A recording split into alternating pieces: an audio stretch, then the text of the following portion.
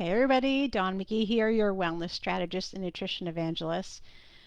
It is just about the end of July. Summer is about half over, give or take. It's not over, even though it's cold and rainy today, and it sort of feels like it's fall already.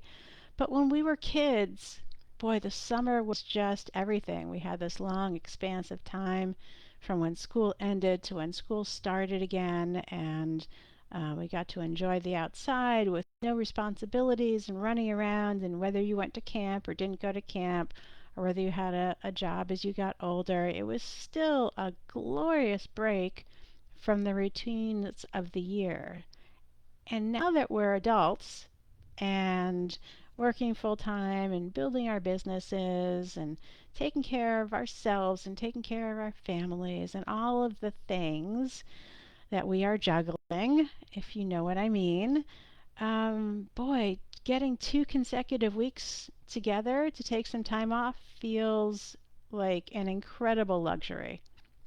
Now, I do it often, 3 times this year, actually. I took a couple of weeks in May to go to Europe with my son. We're heading to Vermont for the next couple of weeks, and then again in October, I will be heading to Italy for 2 weeks. So for me, these are incredibly important times to rejuvenate myself and my practice and my interest in all of the things that I work hard at the rest of the year. And I know that not everybody feels like they can do that. So, what I want to talk about is how can you get that feeling back for what it feels like to take the summer off and give yourself a little bit more breathing space so that you can get the love and the creativity back into your business and your life. And so, this week has been a lot. There's just been a lot of unexpected things that to juggle, car issues, school issues, weather issues. It feels like it's one thing after the other. And if I didn't have stuff pre-planned for our vacation, I would probably be curled up in a corner, wondering what am I going to do to get this all done. But you know me, I have my systems, I love my planning. That doesn't mean that you have to plan everything down to the nth degree, but if you have some structure going on, if you know, for example, you're heading away on vacation, check the weather forecast. Lay out some appropriate clothes, some backups for warmer weather and some backups for cooler weather, and uh, toss in the stuff that you need, and just know that you can make do with whatever else that you've got with, and then move forward. Right? That's a packing system, packing strategy, call it what you will, that I use on vacation. I take a little bit of everything and figure that the rest will work itself out, and I'm really there to have fun.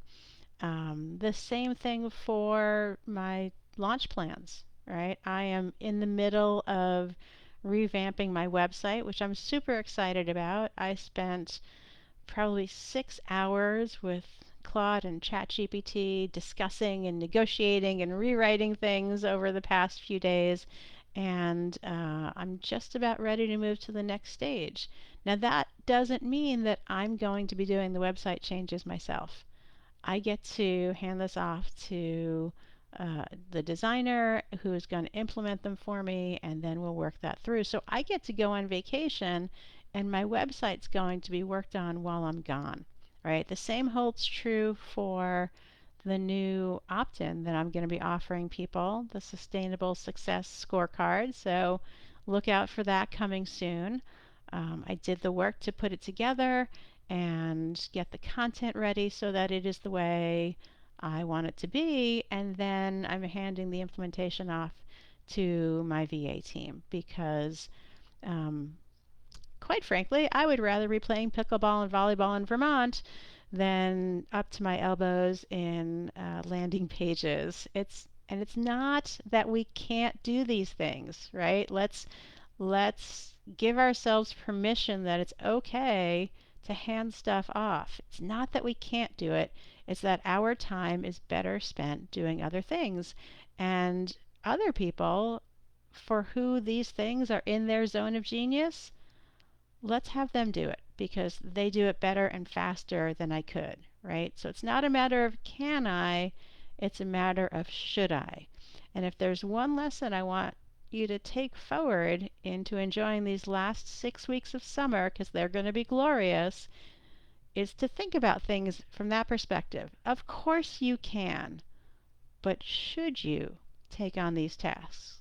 Is there another way to get them done so that you can keep that summer feeling going on for just a little bit longer?